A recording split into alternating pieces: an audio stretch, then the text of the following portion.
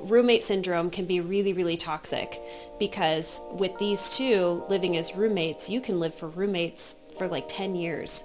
But the moment you have an affair and the discovery happens, that's when change occurs. My name is Laura Heck. I'm a licensed marriage and family therapist, certified Gottman therapist, and co-host of Marriage Therapy Radio. I'm Zach Brittle. I'm a certified Gottman therapist in private practice in Seattle. I am also the co-host of Marriage Therapy Radio with Laura Heck. Today we're taking a look at Issa Rae's Insecure on HBO, and specifically her character's relationship to her boyfriend Lawrence.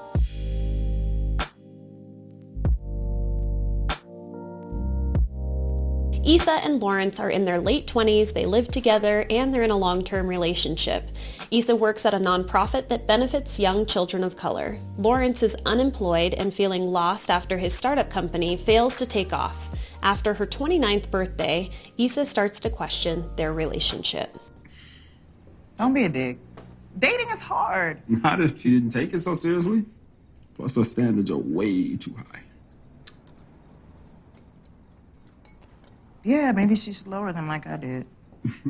Wait, what the Never mind, just forget it. So here's what you don't see. Before this scene, she spends this time sort of like cruising, looking at hotties on the internet. So she's already, like, what we talk about is like cheating. Cheating occurs in the mind before it actually occurs. And so what we don't see is that she's not grumpy. She's not like, this isn't normal behavior from her. This is her already with like a foot out the door, literally. I mean, but she's already been thinking and contemplating, maybe there's something else out there. Maybe the grass is greener on the other side, which is why she doesn't let some of these like comments from her boyfriend Lawrence roll off of her back, why she's a little extra snarky at this point. The show does a great job immediately of setting up who the two of these guys are. I mean, she's obviously dressed to the nines and ready to live her life, and it's evening, right? And he's eating a bowl of cereal in his sweatpants. Like, so they've already set us up to not feel terribly invested about their connection to one another, just like she's not. I don't want to just sit on the couch with you for the rest of my life and wait for something to happen. What are you talking about? Nobody's just sitting on the couch. I'm almost done with my business plan. You know, I'm just getting my shit together. You've been getting your shit together for 4 years, Lawrence. This is so not fair that she's dropping this bomb on her way out the door. Like, the only reason why she's saying it now is so that she can relieve her own guilt that she's going to go out there and try and hook up with somebody else. Like, I can see the shock on his face. Like, what? Where is this coming from? Because all of this has been in her head, and she's been thinking about it and probably stacking up the reasons why she's going to betray her partner and why she needs to go out there and look for somebody else. And meanwhile, it's just all coming out for the first time, and he's shocked, blown away by all of this. Well, I'm pro Issa here. Like, I think this isn't a surprise, right? She's not like dropping a bomb on him. Clearly, he's been sitting around like this for a while. I mean, she's learned that she can't count on him to get what she wants. So, you know, it's interesting because she uses this phrase of maybe she should settle like I did. They call it settling down for a reason. Nobody wants to settle down. And so let's see if we can. She's trying to raise the bar, I think. And good for her. I'm saying maybe we should get our shit together separately and see what happens. You want to break up with me? You know, Molly's waiting on me. I'm going to spend the night at her house, and we can talk about this tomorrow. Hey, Issa! See you later. Hey! It's like she does like the slow-mo walk out of the room. Like, I just dropped a bomb and I'm out. See you later. Deal with that. We see a lot of this. A lot of people are stonewalling. It appears as though they're little more than roommates. I mean, they're not aligned in value. They're not aligned in schedule. They're not aligned in fashion, you know? I mean, at least in this scene. So, and again, I think what happens to roommates is they settle. And they kind of say, you know, I don't need or want much more than what I have. And she's finding a way to burst that. As a therapist watching them, I might want to encourage her to find a way to burst that by moving toward her partner or inviting him to something deeper. But he doesn't seem ready to accept that invitation. He's clearly cast as kind of clueless and kind of selfish and not all that interested in raising the bar for himself. Roommate syndrome is this idea of two people who are in an intimate relationship where the assumption is that you have intimacy, but you end up living more like roommates. You end up living these parallel lives where like Issa has a great job and she has this friend and she's getting ready to go out on a Friday night and she's dressed up.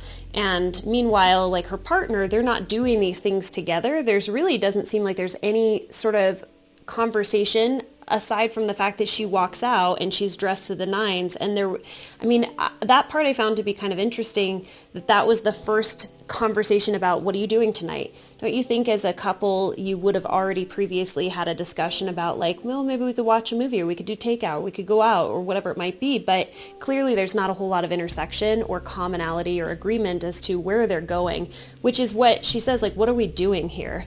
There's no real end point. And usually that end point is that intersection for two people, but their lives have just been running parallel to one another. I am so glad this night is over. And I got us a present. Bam. Who's Daniel? In this moment, I feel so much for him. I mean, you can just see he's been sitting there waiting for her to come home, sitting in the dark, telling himself stories about what this relationship with this guy is all about. And I can only imagine that his heart is just pounding out of his chest, and he's just been sitting in fight or flight until she opens that door. I mean, every fear that he has, he doesn't want it to be true, but I think that our instinct is so strong and powerful. When you think your partner might be cheating on you or has betrayed you, we want our instincts to be wrong, and we'll oftentimes try and talk ourselves out of it, like we're crazy for having these thoughts, why don't we trust our partner? But your instincts are often so right. Does she feel relief, or does she feel terror? Probably a little bit of both, but this is where the rubber meets the road. Did you him? What? Why would you ask me that? Because I am. Did you him? Oh, right there. Dropping the eyes, looking down, all of the silence. That's brilliant. Well, and how hard has her brain been working for the last 30 seconds, 30, 45 seconds, Most people, when they don't want the truth to come out, it's not because they're trying to clean up after themselves. It's because they don't want to hurt their partner. I truly believe that the reason why, in this moment, she could have said, no, we just kissed. And thinking that if she says we just kissed, because she's clearly caught, there's no way out of this, but I don't want to tell him that we had sex because I don't want to hurt him. And I believe that human beings just generally don't want to hurt one another. And that's why we get the slow drip of truth. Most people who go into situations like this, just like Issa did, they don't dive in, they wade in. And so they find themselves more slowly getting caught up in something that that feels great and that they don't really have a total sense of control over. And so when you have to come out of these things, most people don't rapidly get out of it. They have to slowly wade out because they're not equipped, frankly. I thought we were in this, Issa. I'm so fucking stupid, man. I'm stupid. Just tell me what I can do, and I will. Get the fuck out of here. Lawrence, please. Get the fuck out of here, Issa. Lawrence. Issa, get the fuck out of the way. No. Issa, get the fuck out of the way. Just talk to me. me. It ain't shit to talk about. This moment right here, that is where so much situational domestic violence occurs, is when one person's blocking the other person from getting out, and they don't want their partner to leave. They're worried that their partner, once they leave, they're going to be on the road. They're worried about them being gone. They want to hash it out. They want something, and so they end up blocking the door. And it's the act of getting through the door where often couples who have never been violent toward one another ever have an altercation for the first time. Do you feel like his response is warranted? I'm pro Issa, and you're supposed to be because she's the hero of this show, but does she deserve this response? This man thought that he could love and trust his partner, and it doesn't matter to me if the guy is eating cereal and has been jobless and working on his business plan and the relationship has been stale. Does that warrant her going outside of the relationship and having sex with another man? I would be angry.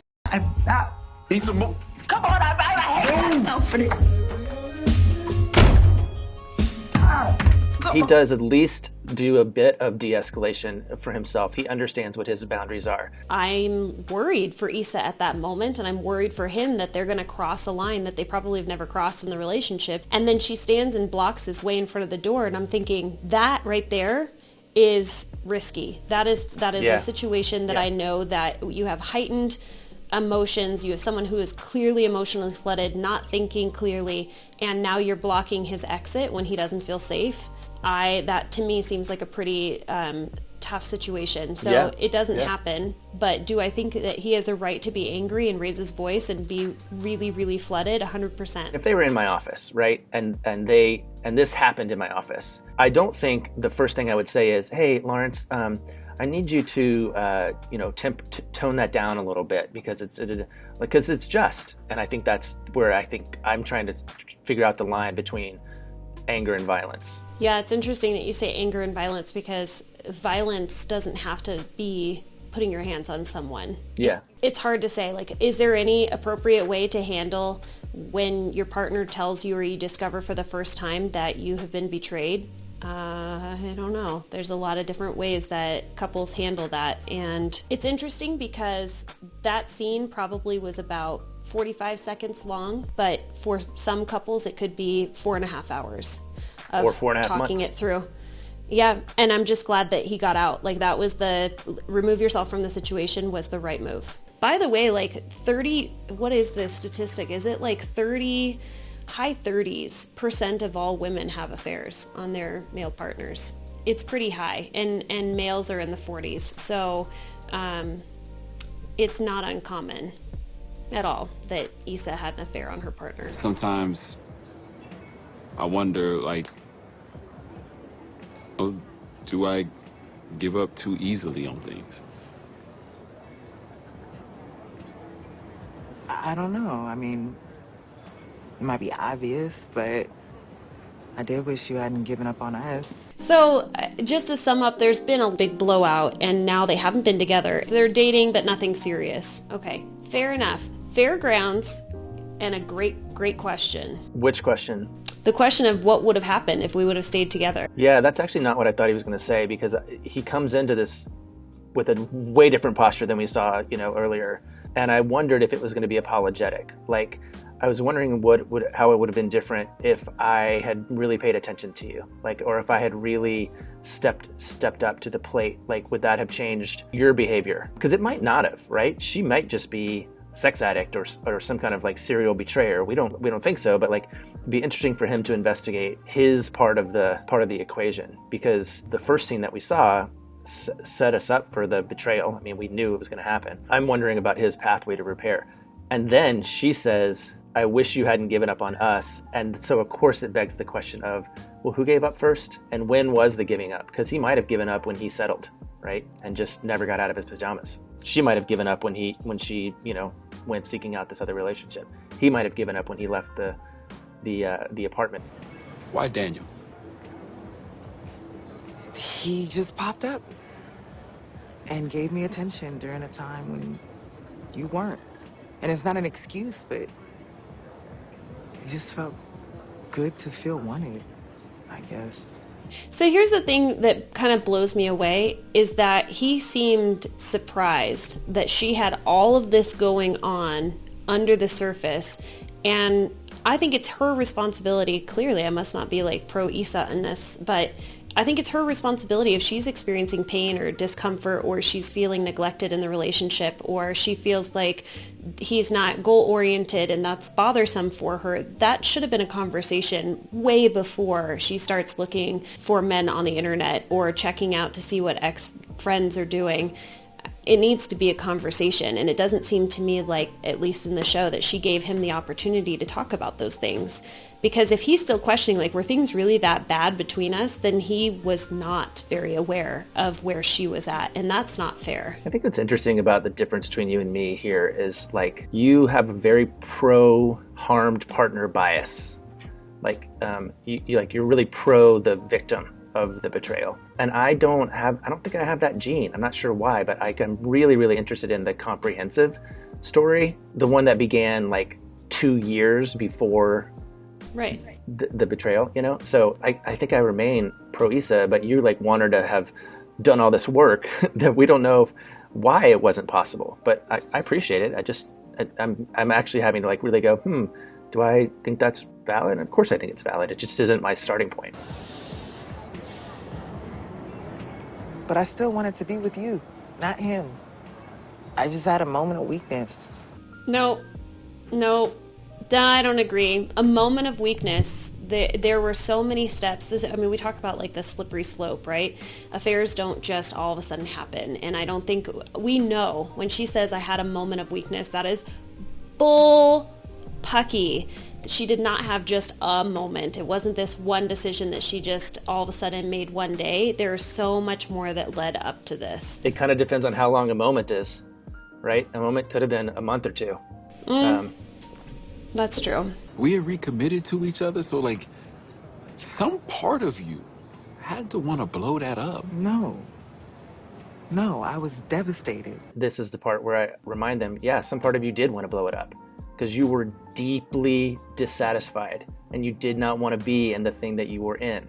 And so you blew it up. You just chose a pretty bad strategy, or actually it was a pretty great strategy because it did. It did pivot the relationship. It just didn't do it in a way that sustained it. Well, some part of you wanted to get his attention and wanted him to know just how sad you were, how lonely you were, how disengaged you felt from him. I mean, that's oftentimes why affairs are so effective in blowing up the relationship, is the rebuild behind it is so magnificent that you create something because of the awareness. Not that I'm telling people to go out and have affairs if you're in roommate syndrome, because it's a sure way to shake up the relationship, but you can stay in a good enough relationship for a very long time, but it's very difficult to ignore when your partner comes to you and discloses that they've been having an affair. Nothing I did could snap you out of what you were going through. You didn't want to talk. You didn't want to go out. You didn't want to have sex. You didn't want me, Lawrence.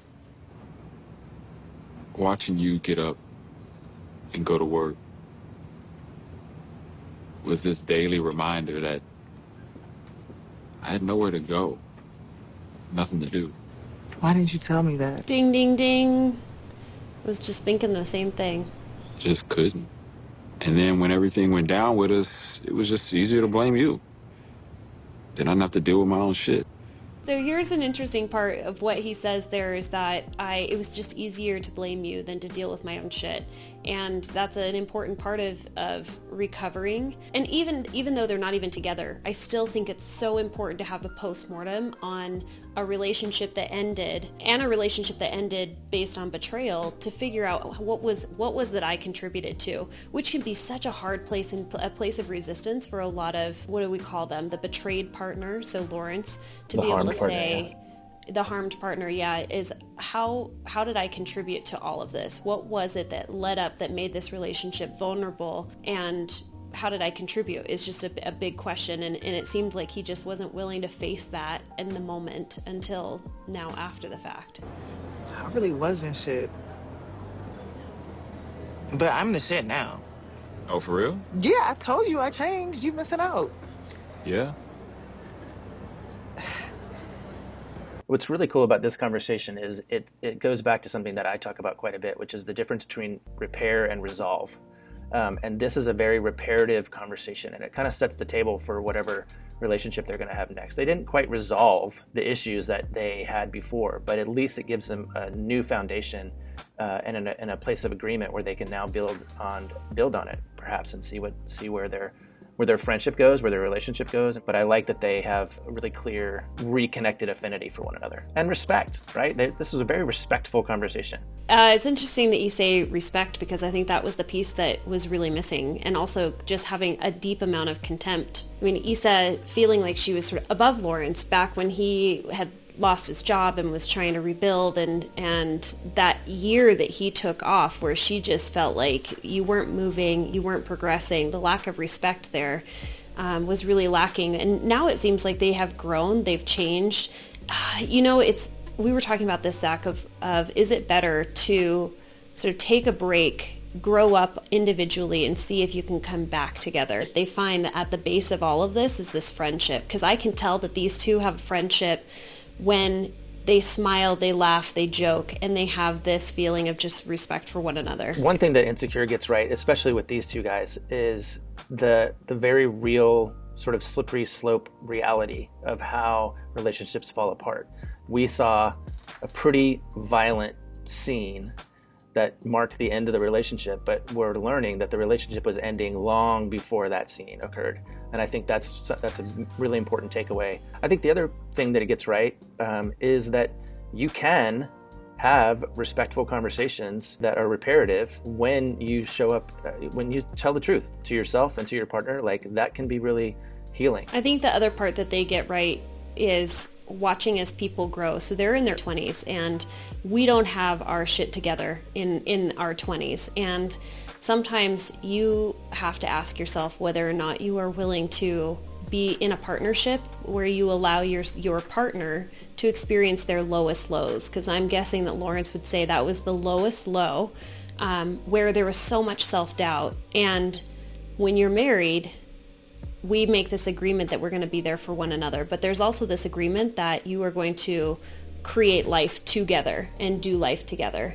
And in their relationship, it really seemed like there was nothing happening together. It was more just living side by side, Lawrence in a pit, Issa succeeding, doing well, but not feeling like she can pull him out of the pit. And I think that relationships are just super messy, and you have to question whether or not you're willing to be in that mess with the other person, or whether you can separate and become better individuals and maybe potentially come back together, which they do.